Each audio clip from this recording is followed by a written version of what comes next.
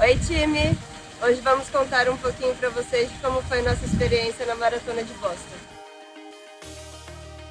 A Maratona de Boston é uma maratona que é difícil você participar porque ela tem um índice de participação. Então, não é só você se inscrever e participar. Quando você quer entrar para a maratona, você, de acordo com a sua idade, precisa correr uma maratona anterior. E nessa maratona você precisa fazer um tempo abaixo de X, que varia de acordo com a sua faixa etária. Aí a hora que você consegue fazer esse índice, consegue chegar nele, você está apto a fazer uma pré-qualificação e se eles aceitarem no ano que você se dispôs a fazer todos os participantes, você entra. Se não, tem uma outra nota de corte de acordo com o volume de inscritos. Então, por exemplo, se tem 30 mil vagas e 35 mil pessoas tentaram se inscrever, eles vão abaixando essa nota, vai diminuindo esse tempo para um número X de pessoas participarem. O índice não é fácil, mas tem que treinar, se dedicar que dá certo. Como toda prova, tem que ir na feira para retirar o Big Number, né? Então, você recebe tudo antes por e-mail, você faz um cadastro, baixa o aplicativo, já tem um QR Code, e aí você chega lá já com sua documentação, tem um monte de voluntário te esperando, te orientando já numa feira, que é uma expo bem grande, vários andares, assim, tudo muito bem organizado, e aí você faz a retirada do kit. Acho que tem um ponto que é legal, porque Boston inteira está vivendo a maratona desde o momento que a gente chegou aqui 4 dias antes da maratona e já estava tudo preparado, um monte de gente só falando sobre maratona, é bem diferente do que a gente vive o no clima, Brasil. né? Atleta correndo na rua, treinando. E eu acho que é legal falar também que, apesar de ser um número muito alto, em nenhum momento a gente pegou fila, assim. A retirada de kit muito rápida, muito eficiente, é um local gigantesco, assim. E a outra coisa da Expo que eu acho que é bacana, porque às vezes em algumas expos a gente tem várias marcas. E nessa expo da prova só tinha os patrocinadores da prova.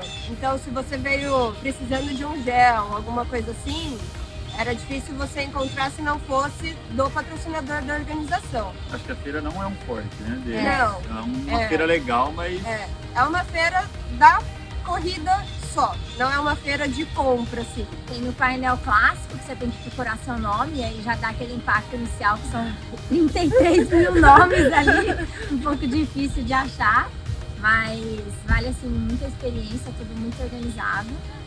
E depois de conhecer a feira, a gente foi conhecer o lugar da largada, né? Porque a prova é muito legal que você sai de um lugar, né? Você sai de Hopkins, então chega em Boston. Então você, para chegar na cidade da largada da prova, a gente tem que pegar um ônibus no Parque Central de Boston, que fica entre o Public Garden e o Boston Common. E aí, o que a gente fez? Foi de metrô conhecer o lugar da largada, né? Porque no dia da prova a gente não queria nenhum tipo de surpresa. Isso foi muito importante, assim, deixou a gente bem confiante. Para saber exatamente o local de onde a gente ia partir. E no dia lá da prova, né, foi assim, incrível. São vários ônibus, muito banheiro químico, tudo muito organizado, tem revista. Realmente o lance de você levar, né, a sua comida ali no saquinho. Respeitar, né, as regras da prova. Então, você só pode entrar com a sacola transparente que eles dão, tudo muito bem organizado e uma infraestrutura, assim, impressionante. E aí a gente pega o ônibus e vai pro local da largada. Os ônibus são super bem divididos, tem horas para todo mundo, vai todo mundo confortável. É importante a gente levar comida, porque a gente saiu de casa 5h30 e a nossa largada era 10h30, porque a gente estava na mesma onda. São algumas ondas diferentes, mas de qualquer maneira você larga 5 horas depois do momento que você saiu. Então a gente chegou lá em Hopkins às 7h30, não, às 8 da manhã. Quase meia hora de ônibus. Quase meia hora de ônibus, da onde a gente, do centro de Boston até a cidade. Então, esse tempo de espera lá, eles servem café, Gatorade. A gente fica embaixo de umas tendas gigantescas, num gramado. Tava muito frio. Muito mais frio que na Muito cidade. frio Muito. mesmo. Então é importante levar saquinho para colocar no pé caso a grama esteja molhada, levar bastante agasalho para deixar lá, a gente deixou os nossos lá. Eles até incentivam, assim, né? Porque toda essa roupa depois é doada, então é bem legal, assim. Tem muito saco de doação, eles realmente devem coletar muita roupa. E uma coisa que a gente viu, assim, de provavelmente atletas mais experientes, que levavam até um colchonete, algo assim, para realmente sentar, esperar e ficar confortável. 2 tênis, teve atleta que vai com um tênis antigo e depois doa Coloca e o da usa prova. o da Coberta, prova. para quem vai ter uma onda um pouco mais demorada ali, vale a pena levar uma cobertinha para ficar ali esperando, aquecido para a prova.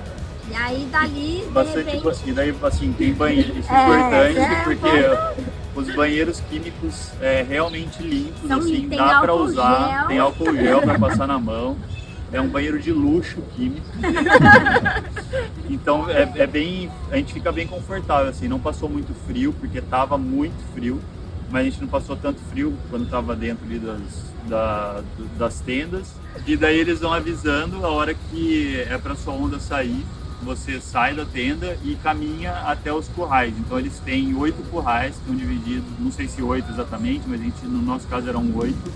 E você vai entrando em cada um desses currais para poder fazer a largada. Agora estamos indo para a largada real. Tá chuva, tá frio.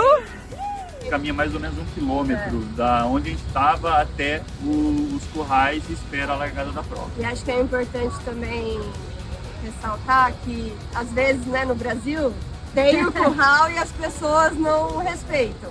Não, lá eles olham o número, porque já está escrito o curral que você vai largar, tem que ser naquele curral. Não dá para burlar o sistema aqui, eles realmente fazem o negócio acontecer. inclusive, eles estavam no mesmo curral, eles eram curral 2, eu era o 8. E aí ali foi o momento que a gente se separou para largar cada um no seu local certinho. E aí aquele momento, né, você começa a ir andando, não existe muito um aquecimento pré-prova, acho que é essa caminhada mesmo, um pulinho no lugar. Sim, aquecimento. E aí dali, de repente, o pessoal fala e chega na largada e solta o relógio, tira as restas das roupas e começa.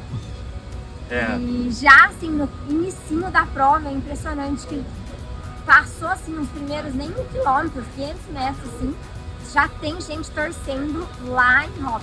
E aí dali até o final da prova, acho que o que mais chama atenção, que é mais incrível, é a quantidade de pessoas ao longo do percurso gritando e torcendo.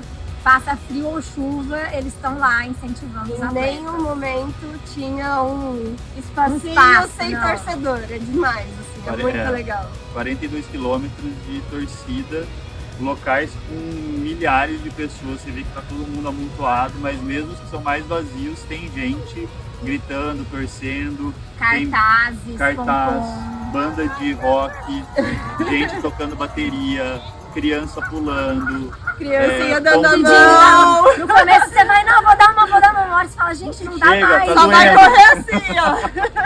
É É muito legal. legal. É uma energia bem diferente. A prova é dura, mas pela torcida, eu acho que você acaba sentindo menos, porque é o tempo todo gente gritando e vamos. E a gente veio com uma manga então isso é bem interessante, isso foi para muito identificar legal. o país que você tá. Aí a gente veio com a manga, na manga da nossa camiseta tinha a bandeira do Brasil bem grande. Então a gente ia passando e só ouvia, vai Brasil! Não, Brasil! O pessoal Outra coisa muito legal de ter largado nas ondas, respeitando o ritmo de prova que você foi qualificado, porque você vê muita gente correndo no seu mesmo ritmo. Então, apesar de serem 33 mil pessoas ali, você não fica tendo que desviar, é muito constante assim. E são pessoas com mais diferentes biotipos possíveis e correndo forte. Então, assim, não tem um padrão, sabe, pra chegar aqui e estar numa major. Eu acho que é mais o sonho mesmo. Porque, assim, tem gente correndo bonito, tem gente correndo esquisito, tem gente correndo de regata no frio, tem gente todo encapotado, gente pequena, Topzinho, alta. shortinho. Então, assim, é pra realmente todo mundo, assim. Isso foi uma sensação muito, muito legal. Falando um pouquinho sobre o percurso, a gente larga numa descida, desce, já com muita torcida. Já. E aí, em seguida, pelo mapa, a gente espera uma parte um pouco mais plana, assim. Que, na minha opinião, não teve tanto plano. O tempo inteiro na prova, você tá no rolling hill subindo ou descendo. Não são subidas íngremes, são subidas sempre curtinhas, que você passa e você consegue manter o ritmo. Mas assim, para quem tá acostumado a competir no Brasil, que é super plano, não é nada parecido o plano que eles têm aqui. E aí depois, no meio da prova, a gente pega uma parte com subidas um pouco mais íngremes, né? Que são 4 subidas. São 4 subidas, 10, mais ou menos uns 10 quilômetros. Mas é uma sensação assim, um pouco de que eu tinha tanto medo, né, dessas 4 subidas, e chega na hora mais um contínuo da prova, assim, né? Passa. São subidas que você consegue fazer correndo, não é uma subida, meu Deus, né? E aí tem a parte final, que é a Heartbreak Hill, que falam muito dessa subida. A gente realmente última vem com medo. E chega lá, nós 3 tivemos essa sensação, né? Poxa, será que já foi, não foi? Essa era a subida e de repente a gente soube que era, que tinha uma placa. Tem uma faixa gigante. A Heartbreak Hill. Então você fala, pô, agora eu tô chegando. E é uma parte que tem muita torcida. Então, assim, por mais que seja dura, né, assim, a subida, talvez a gente nem tenha essa percepção por conta de tanta gente ali torcendo. E aí, quando você passa por ali, já vem sentido Boston. Aí é uma descida, é basicamente uma de novo, é descendo, mas sempre é nesse rolling hill, só que é mais descida do que subida, parecido com o começo da prova. E aí você já chega em Boston é um pouco mais plano, tem umas 2 últimas subidinhas aqui no final bem leves.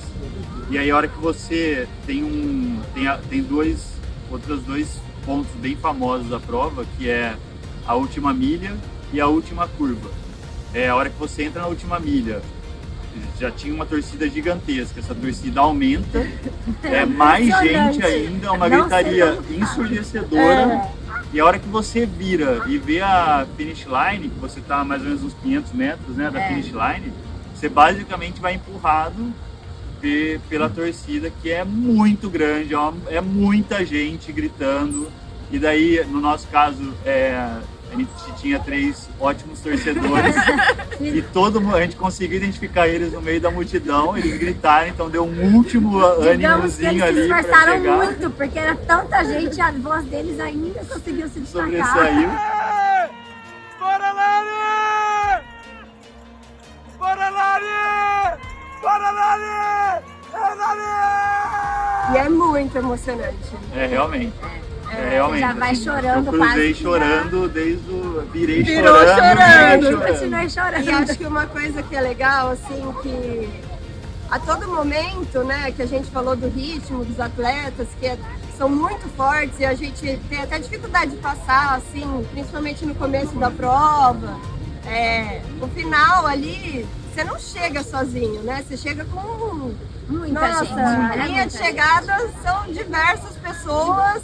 Eu dei a sorte de chegar com outro brasileiro ainda. Com a bandeira. Com a bandeira. Então, assim, é muito legal.